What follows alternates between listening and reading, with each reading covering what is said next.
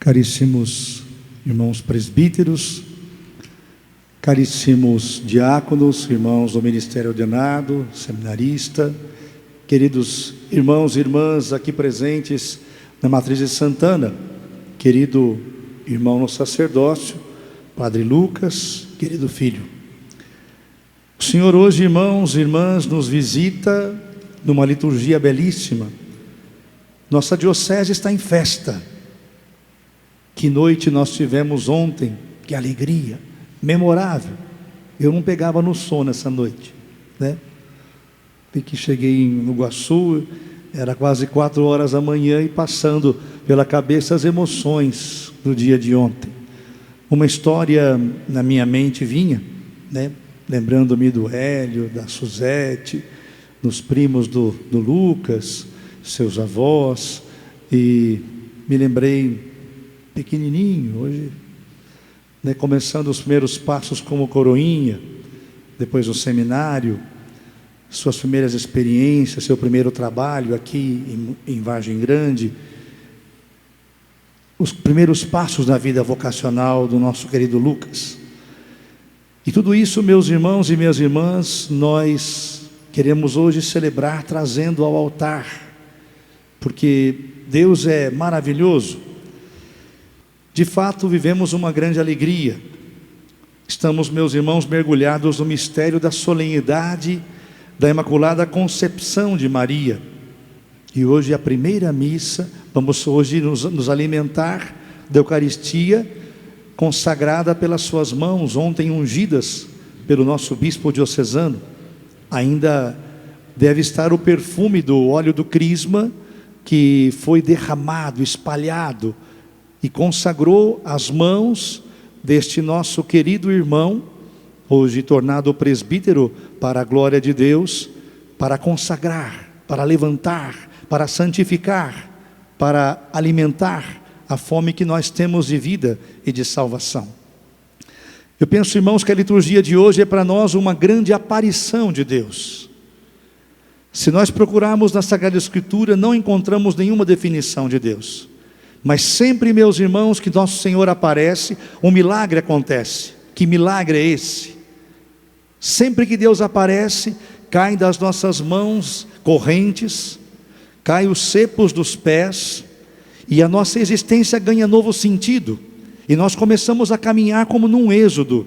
A vida humana ganha novo sentido. Sempre que Deus aparece, sempre que Ele se revela e o homem, o ser humano, o acolhe, a vida humana ganha novo sentido. E eu penso que para nós essa liturgia, celebrar hoje a primeira Eucaristia, presidida pelo nosso Padre Lucas, celebrar o mistério da Imaculada Concepção de Maria Santíssima, é para nós, meus irmãos, de fato uma aparição de Deus. Hoje parece que me veio à mente o projeto criador de nosso Deus. Inácio de Loyola diz que o homem é criado por amor por Deus, para louvar, reverenciar e servir a nosso Senhor. E assim se realizar salvando a sua vida, a sua alma. Tudo aquilo que nós vemos e tocamos nesse mundo foi criado pelo mesmo Deus e foi dado a nós, seres humanos, para quê? Para que nós atinjamos o fim para o qual nós fomos criados, que é, irmãos e irmãs, comungar com Deus, viver na comunhão com Ele, louvá-lo, reverenciá-lo e servi-lo, e assim descobrir um sentido profundo para a nossa existência. Todas as coisas delas devemos usar, segundo elas, diz Inácio, elas nos ajudem a atingir esse fim. E devemos prescindir delas, sempre que elas se coloquem entre o nosso Criador. Vejam, meus queridos, o livro do Gênesis hoje nos colocava a experiência de um Deus que gosta de comunhão, de um Deus que nos criou para a comunhão, e de um Deus que deseja comunguemos com Ele a vida e o sentido. Vejam, aparece hoje na leitura que ouvimos, a primeira leitura, Deus que procura nossos pais. Onde estás? Onde estás? Por que te escondes? O que foi que aconteceu? O que foi que rompeu a comunhão que havia entre nós? E é bonito que a experiência, Adão responde: tive medo, porque estou nu. E Deus lhe pergunta: então comeste da árvore que eu te proibi de comer? Vejam que o homem foi criado para louvar a Deus. E nesse louvor, nessa ação de graças, a sua vida tem sentido. Contaminado, meus irmãos, pela catequese do demônio, o homem começa a recriminar Deus. Ele diz: a mulher que tu me deste, a mulher que tu me deste, foi ela que me deu o fruto. Quando, meus irmãos, o pecado entra na história humana, ele começa a criar em nós uma coisa estupenda, que é, do louvor nós passamos à recriminação, a culpabilizar Deus pelo nosso sofrimento, pelas nossas desditas. Quando ouviu a catequese de Satanás, duvida de Deus, desobedece, e Deus começa a aparecer para ele um adversário. Desculpe a palavra, os jovens falam sempre isso, parece que Deus é alguém que gosta de sacanear comigo.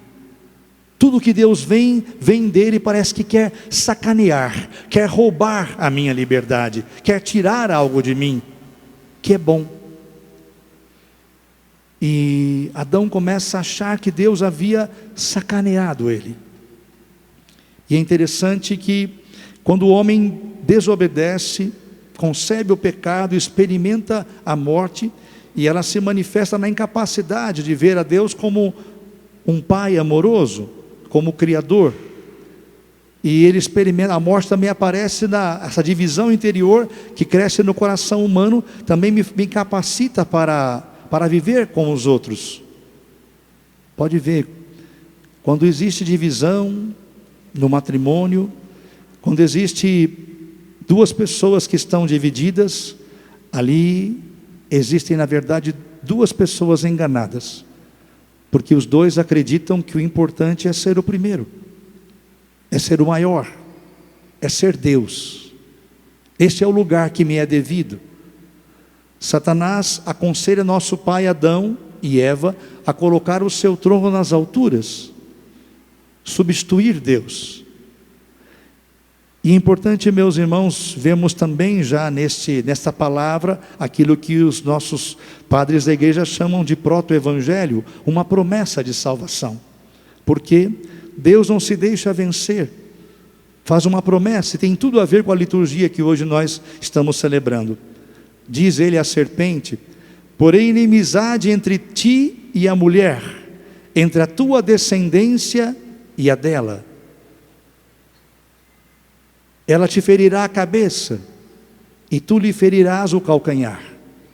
Calcanhar, meus irmãos, não é um órgão vital, mas a cabeça sim.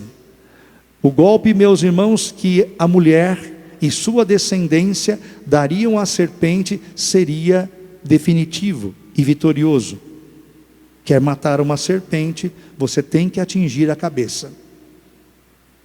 Por isso que a serpente astuta, sempre que, quando vai ser ameaçada, ela mostra o corpo, nunca a cabeça. Vejam, daqui, meus irmãos, entendemos a importância da liturgia de hoje. Na casa de Santa Ana, em São Joaquim, aconteceu um mistério, e vocês devem saber melhor do que ninguém isso. Humilhados, rejeitados em sua terra, por não conseguirem gerar filhos, Deus lhes envia um anjo a Joaquim e Ana, dizendo que as suas preces e a sua angústia iria terminar. E vejam, meus irmãos, no momento em que Ana e Joaquim se uniram carnalmente, o que aconteceu? Deus interveio. Ele, meus irmãos, nesse momento em que o único espermatozoide fecundou o único óvulo que daria origem àquela que é a mais bela flor da humanidade, Deus interveio e tirou a mancha, a mácula do pecado original, e preservou-a em vista dos méritos de Cristo. E vejam, meus irmãos, quando a alma foi infundida no corpo de Maria, de verdade, Deus interveio salvando-a por primeiro. Maria foi salva, meus irmãos, pelos méritos de Cristo, que a tocou antecipadamente. E ela foi salva. Deus, meus irmãos, ficou quieto. Deus é silencioso. E passados cerca de 12 anos, Deus envia Gabriel, um de seus arcanjos mais poderosos, a Nazaré, uma cidadezinha longe das grandes rotas comerciais, sem muita importância histórica, econômica. Lá não havia muitas famílias, talvez umas 100, 150 famílias. E o anjo, quando se apresenta à virgem, ele diz: salve, toda agraciada, alegra-te, o Senhor está contigo. Gabriel, meus irmãos, não ousa pronunciar o nome de Maria, e ela se perturba. Vocês sabem que os anjos dificilmente elogiam alguém, porque eles são tão puros, tão abrasados de amor a nosso Senhor, e quando vem a nossa frieza para lidar com Deus, a maneira como você e eu muitas vezes desprezamos a Deus, ou pelo pecado temos Deus como adversário, como inimigo, que me tirou a pessoa que eu amo, ou quem sabe permitiu aquela doença na minha vida, ou quem sabe está me colocando uma aprovação no meu casamento. Os anjos ficam escandalizados com a maneira como nós, que somos pecadores, nos portamos diante de Deus com frieza, outras vezes com rebeldia. Mas diante de Maria, meus irmãos, Gabriel fica desconcertado. Gabriel se desconcerta, porque nunca encontrou uma pessoa humana, um ser humano, tão abrasado de amor, mais do que os anjos. Gabriel ficou, meus irmãos, de verdade desconcertado, impressionado. Nunca encontrou alguém que amasse a Deus desta maneira, uma criatura humana que amasse a Deus dessa maneira como Maria. A ausência do pecado, meus irmãos, o pecado, quando é quitado, quando é sanado no coração humano, ele nos faz abrasados de amor por nosso Senhor, nos faz, meus irmãos, louvá-lo, reverenciá-lo, servi-lo e amá-lo com todo o nosso ser.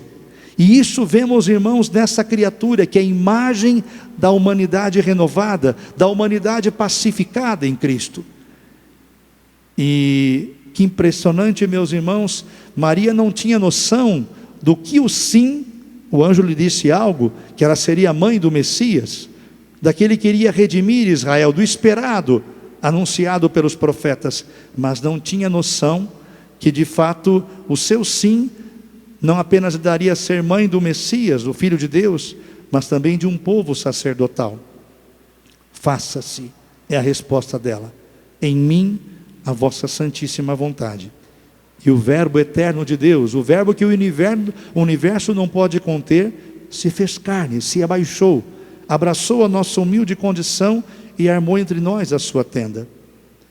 Hoje, meus queridos irmãos, olhando para Maria, nós vemos o que o Senhor quer fazer em nós, o que a obra da sua graça, o que Jesus Cristo quer realizar em cada um de nós. Dissemos de verdade, meus irmãos, voltarmos ao sentido profundo da nossa criação. O homem, como dizia Inácio, é criado para louvar, para reverenciar e servir a majestade divina, e assim salvar a sua alma, e usar das coisas criadas com liberalidade, sem prender nelas o seu coração. Isso, irmãos e irmãs, vemos cumprido na vida de Nossa Senhora, modelo perfeito da igreja. Hoje, irmãos, estamos aqui para celebrar esse maravilhoso mistério. E não só isso, mas para bendizer a Deus, porque nós somos um povo sacerdotal, de fato. Ontem nós vimos aqui o nosso querido Padre Lucas ser ungido, consagrado e enviado. Diz a carta aos Hebreus que todo sacerdote é tirado do meio do povo, para oferecer dons e dádivas, como um pontífice, pelos pecados do povo. Padre Lucas foi tirado dessa comunidade, todos nós aqui o conhecemos. Todos nós sabemos seus pais, conhecemos a sua origem humilde, a maneira como ele foi formado.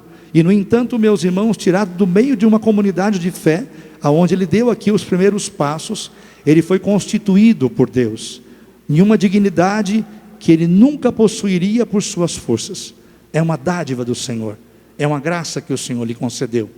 Por isso, como é importante que nós rezemos por ele, para que o bom Deus o ajude, o assista, e nunca lhe conceda a mazela de esquecer.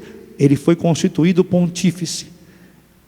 Ele é aquele, meus irmãos, que é chamado a oferecer a Deus a dádiva do povo de Deus, mas também se oferecer como Cristo. Ele foi também consagrado. Ontem foi ungido. Um consagrado é alguém separado. E nós pedimos ao bom Deus que o Padre Lucas viva como um consagrado. Ele foi separado, não para ficar distante do povo e do mundo, mas para, na comunhão com Deus. O seu lema qual é mesmo? Vocês ouviram ontem? Permanecer em mim. É o lema que o Padre Lucas escolheu. E é um projeto de vida. É um projeto, meus irmãos, de transformação interior. De fato, permanecer no Senhor, para permanecer é preciso nutrir-se da seiva. A ligação que existe entre o ramo e o tronco e a videira deve ser uma ligação vital. Ele também deve deixar-se podar. Diz o Cristo, o ramo que dá fruto o Senhor poda. Eu não sei, e os padres também aqui, quantas podas, aqui mesmo na Santana, o Senhor permitiu na minha vida. E tenho certeza que todas elas tinham em vista um amor profundo, um zelo do agricultor para que produzisse mais frutos. Então rezemos para que o nosso querido Padre Lucas, ele também, meus irmãos, saiba deixar-se podar pelo Senhor. E, sobretudo, pela intercessão amorosa de Nossa Senhora, a filha bendita de Santana e São Joaquim, ele seja um padre segundo o coração de Nosso Senhor. Querido filho, se há algo que eu posso dizer de todo o meu coração, vendo a tua vida e vendo a história de amor que Deus tem feito contigo, eu bendigo ao Senhor, porque olhou para a tua condição humilde e te chamou para grandes coisas. Você não tem ideia também, como Nossa Senhora não tinha, o quanto o teu sim vai aonde ele vai te levar. Hoje está te levando para Estiva, né? Para São José de Estiva, mas o Senhor tem história de amor para você. Que o bom Deus te ajude, não tenha medo de dizer sim. A única coisa que Deus precisa de você, querido filho, é o teu sim. Quando Deus chama para uma missão, Deus não conta com a nossa capacidade, Ele só conta com o assentimento da nossa vontade, com o teu sim.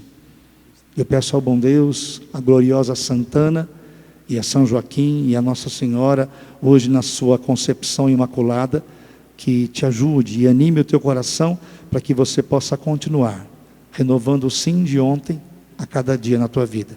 O primeiro foi a obediência para ir servir aonde o Senhor agora vai te plantar. Pedir ao bom Deus que te ajude e que você possa continuar nesse renovado sim, para que a obra de Deus se faça na tua vida. Louvado seja nosso Senhor Jesus Cristo.